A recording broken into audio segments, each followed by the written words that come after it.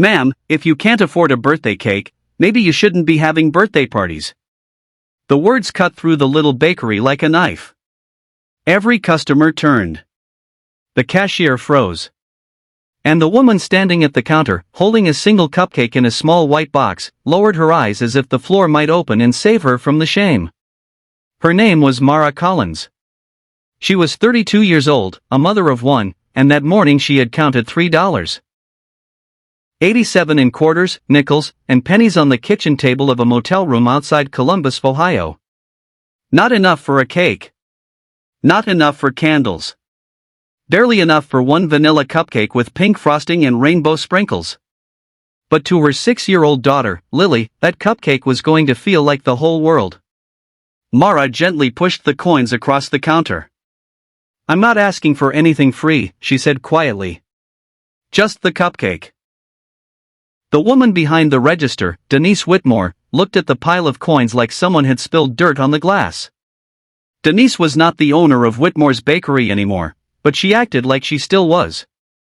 Her husband had built the place years ago, and after he passed, her nephew, Grant Whitmore, had taken over. Grant was 38, tired around the eyes, and known around town for baking the best cinnamon rolls in Franklin County. But Denise still came in every morning, still wore pearls, still corrected the young employees, and still believed poor people brought down the atmosphere. She picked up 1 penny with 2 fingers. "We have customers waiting," she said. "This isn't a coin-counting machine." Mara's face burned. A man in a suit sighed loudly behind her. A teenage girl near the window whispered, "That's so embarrassing." Mara swallowed hard. "My daughter's birthday is today," she said. "She's been sick, and I just wanted." Denise cut her off. "Everyone has a story." Mara went still. For 1 second, her hand tightened around the strap of her worn-out purse. Not in anger. In survival. Like she was holding herself together with one thin piece of leather. Then the bell above the bakery door rang. Grant Whitmore stepped out from the back, flour on his hands, sleeves rolled to his elbows. "What's going on?" he asked. Denise turned quickly. "Nothing. This woman is holding up the line over 1 cupcake." Grant looked at Mara. He saw the cheap gray coat. The tired eyes. The shoes with peeling soles. The white bakery box clutched against her chest like it was medicine. Then he looked at the coins. "How much is she short?" he asked. "She has enough," Denise said, annoyed. "Barely." Grant nodded to the cashier. "Ring it up." Denise's mouth tightened. Mara whispered, "Thank you." Grant didn't smile. He had become careful with kindness. Years earlier, his wife had left after their daughter died, and after that, people said Grant became a man who baked sweet things but carried bitterness in his bones. He watched as Mara picked up the small box. Before she left, she turned back to Denise and spoke softly. "I hope nobody ever makes your family feel small on a hard day." Then she walked out into the cold March wind. Denise scoffed. "People like that always know how to make you feel guilty." Grant said nothing. But something about Mara's voice stayed with him. Not because it was angry. Because it wasn't. Outside, Mara walked past the bakery window, holding the cupcake under her coat to keep it warm. A little girl sat in the back seat of an old blue Honda Civic parked at the curb. Her face lit up when she saw the box. Grant saw the child press both hands against the glass. He saw Mara smile for the first time. And then he saw something else. The car had no rear license plate. A folded hospital bracelet hung from the rearview mirror. And on the passenger seat, half hidden beneath a blanket, there was a stack of eviction papers. Grant's chest tightened. He told himself to turn away. It was none of his business. But then Denise said behind him, "I should have refused service. We don't need that kind of attention in here." Grant looked at her. "What kind?" Denise didn't answer. She didn't have to. Grant wiped his hands on his apron and walked toward the door. "Where are you going?" Denise asked. To make sure she gets home safe. Denise gave a dry laugh. Grant, don't be ridiculous. She probably lives in some place you don't want to be seen. Grant stopped with his hand on the door. That might be exactly why somebody should go. Then he stepped outside. Mara's car pulled away from the curb, coughing smoke from the tailpipe. Grant grabbed his keys and got into his pickup. He didn't follow close. He kept 2 cars between them. Still, with every turn, he felt more uncomfortable with himself. What was he doing? Following a poor woman home because she bought 1 cupcake? He almost turned back twice. But then the Honda turned off the main road, past the elementary school, past the church with the cracked bell tower, and into the parking lot of a rundown motel near the highway. The sign outside flickered, Maple Rest Inn. Half the letters were dead. Mara parked near room 12. Before she could open her door, the little girl inside bounced with excitement, then started coughing so hard her tiny shoulders shook. Mara rushed around the car. Grant parked across the lot and watched. Mara opened the back door, took the little girl carefully into her arms, and kissed her forehead. I'm okay, Mommy, Lily said, though she didn't sound okay. I know, baby, Mara whispered. Birthday girls are strong. Grant felt something twist inside him. He had once carried his daughter the same way. Small. Warm. Fragile. Like the whole world could break if you stepped too fast. Mara carried Lily into room 12 and left the door open just long enough for Grant to see inside. 1 bed. 1 lamp. A suitcase in the corner. A school backpack. A hospital discharge folder on the table. No party. No balloons. No family waiting. Just a mother trying to turn 1 cupcake into a celebration. Grant sat frozen in his truck. He should leave. He should go back to the bakery, tell Denise to stop being cruel, and move on with his day. But then he saw a black SUV pull into the motel lot. A woman stepped out wearing a cream-colored coat and expensive boots. Denise Whitmore.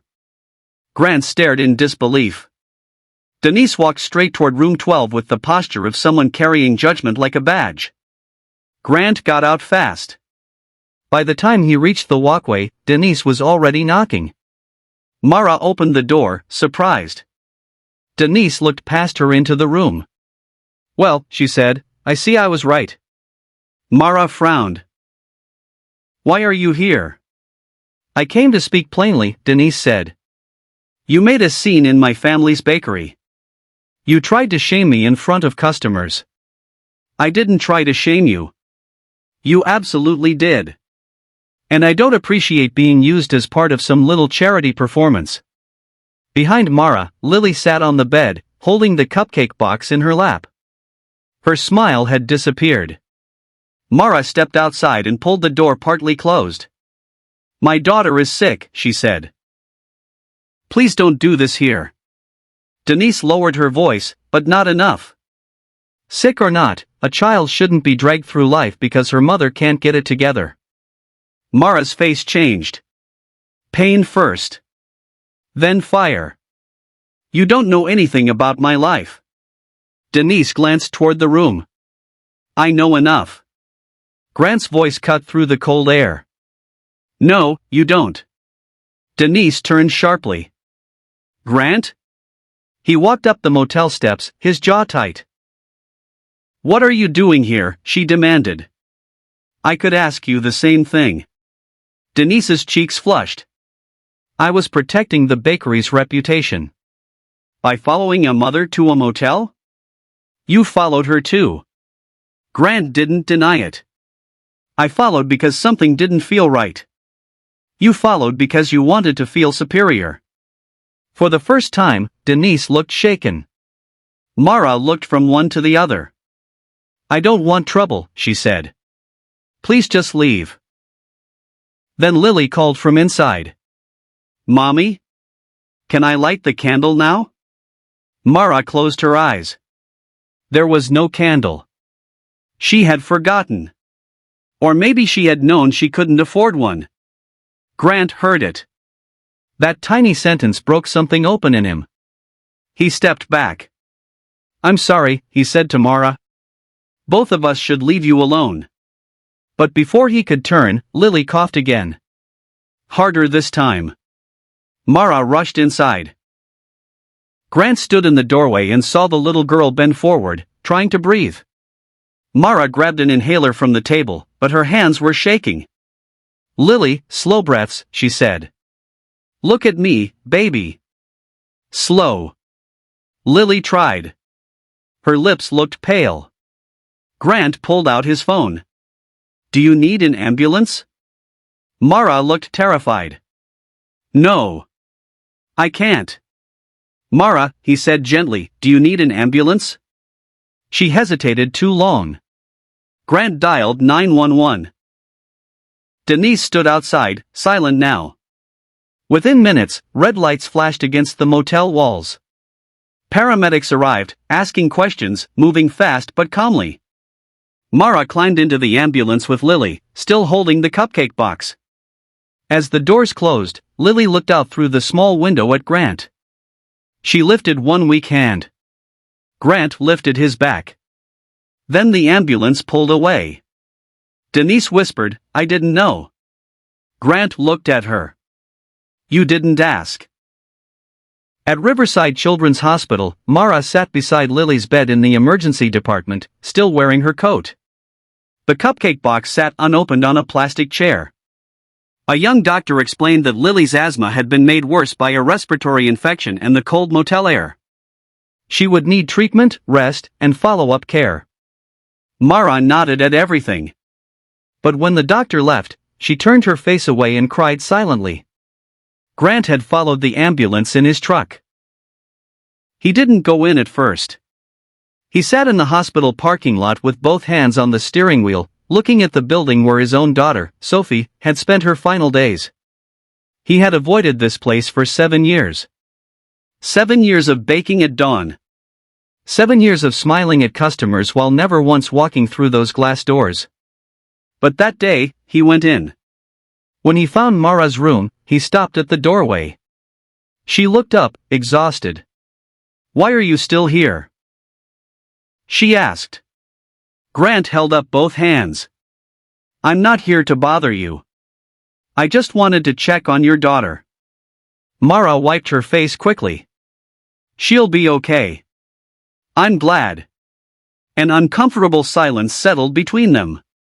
Then Grant noticed a faded photo tucked into the clear pocket of Mara's hospital folder.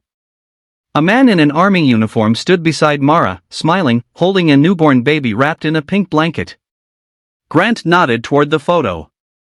"Your husband?" Mara's fingers touched the picture. "Caleb. He was a medic. Afghanistan. He came home with injuries nobody could see." Grant understood before she finished. Mara continued, her voice steady only because it had broken too many times before. "He passed away 2 years ago. After that, everything got harder. Bills, rent, Lily's treatments. I worked nights cleaning offices, but I missed shifts when she got sick. Then we lost the apartment." Grant looked at the cupcake box. "And today was her birthday." Mara gave a small, tired smile. She asked for a princess cake. I told her princesses sometimes eat tiny cakes when they're traveling. Grant looked toward Lily, asleep under a hospital blanket. "She believed you?" Mara nodded. "She believes everything good I tell her. That's what scares me." Grant felt his throat tighten. Before he could answer, Denise appeared in the hallway. She had followed them too. But this time, she wasn't standing straight. Her pearl necklace looked suddenly foolish under the hospital lights. "Mara," she said quietly. "I owe you an apology." Mara didn't respond.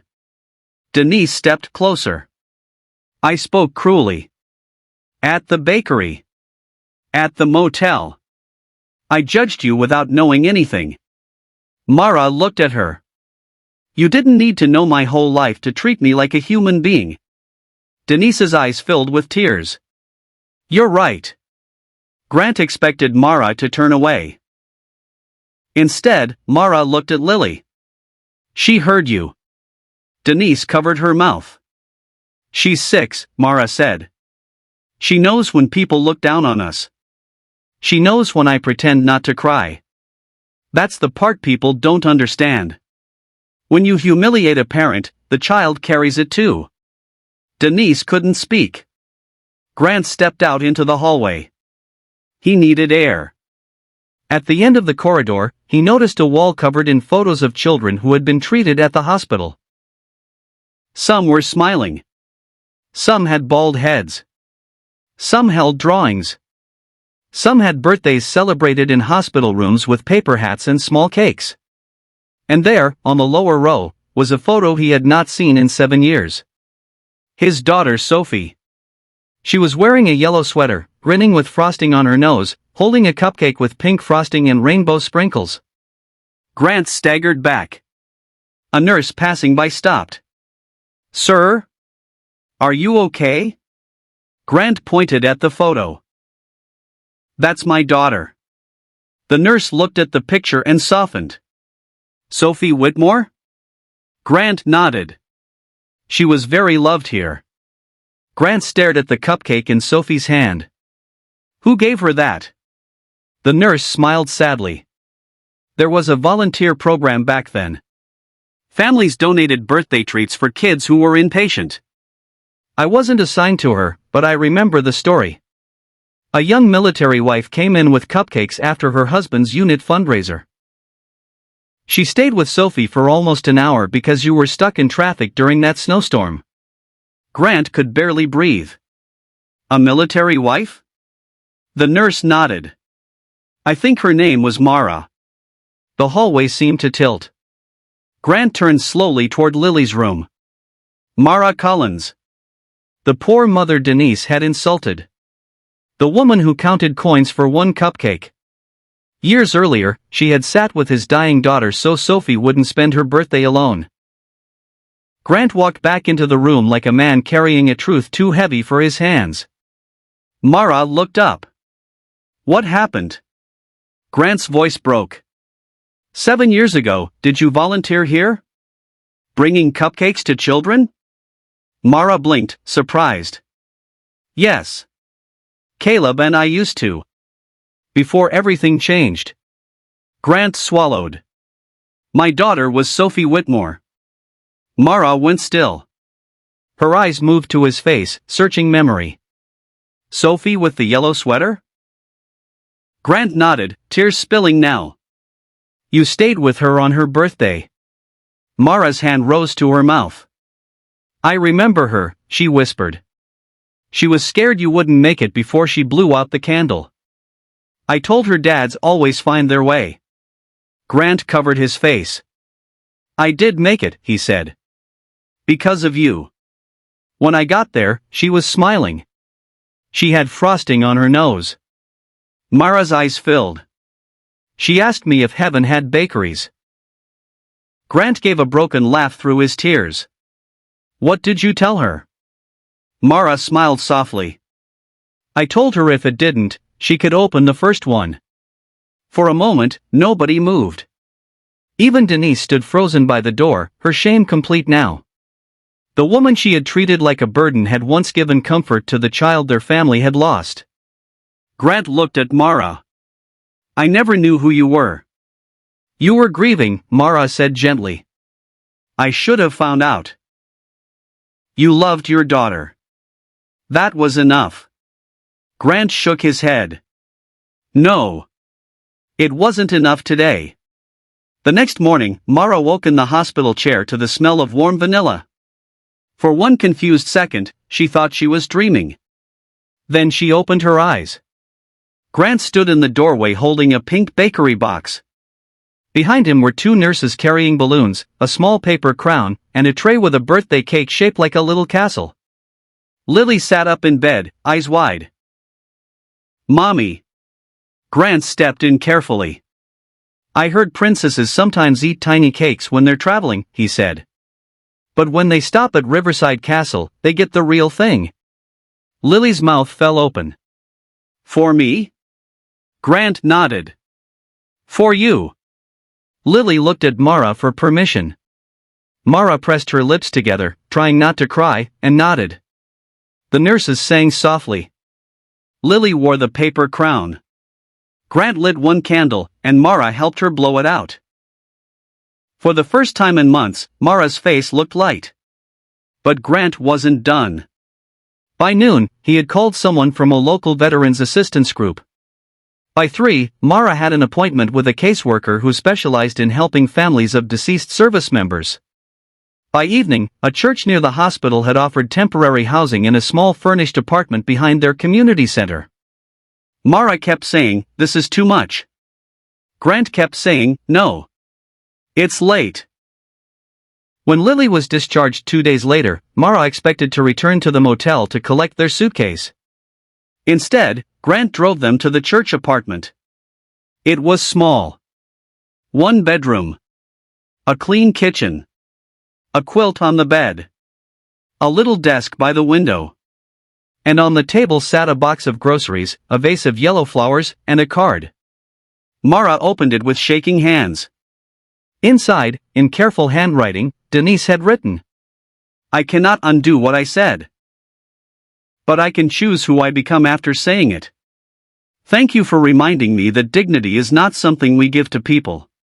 It is something we either recognize or fail to see." Mara read it twice.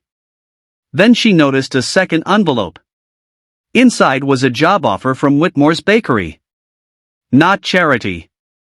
A real position. Community Outreach Manager.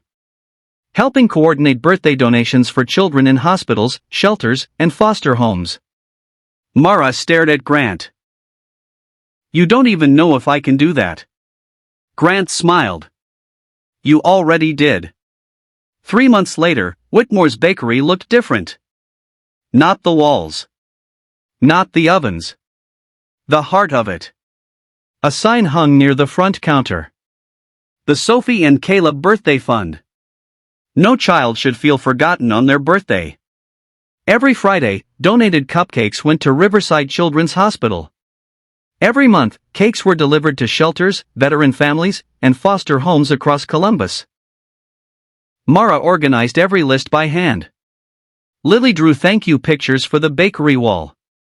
And Denise, who once looked at coins like they were dirt, now kept a small jar by the register labeled, "Every penny counts." She changed slowly. Not perfectly. But honestly. One afternoon, a woman came into the bakery with 2 children and a handful of quarters. Her coat was thin. Her eyes were tired. She looked at the cakes, then down at her money. Denise saw her. Everyone did. The old Denise might have sighed. The new Denise walked around the counter, smiled gently, and said, "Let's find something beautiful for your family." Mara watched from near the display case. Grant watched Mara. And for a moment, he thought about how close he had come to missing the whole lesson. If he had not followed her. If Lily had not coughed. If Sophie's photo had not been on that hospital wall. He might have spent the rest of his life baking sweetness while letting bitterness run the shop. That evening, after closing, Mara stood outside the bakery with Lily. The sky over Columbus was soft and orange. Lily held Grant's hand and looked up at him. "Mr. Grant?" "Yes?" "Do you think Sophie liked my birthday cake?"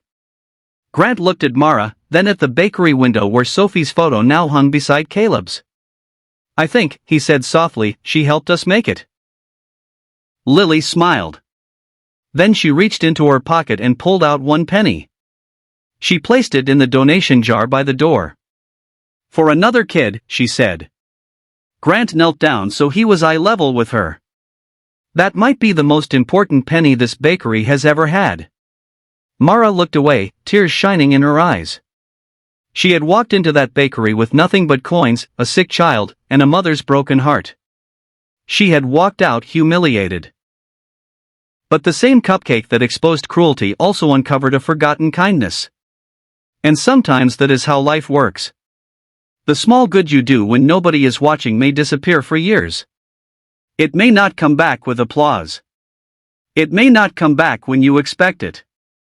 But kindness is never wasted. It waits. It circles back. And one day, when you are the one standing at the counter with shaking hands, praying the world still has mercy left, the love you once gave away may be the very thing that finds you and brings you home.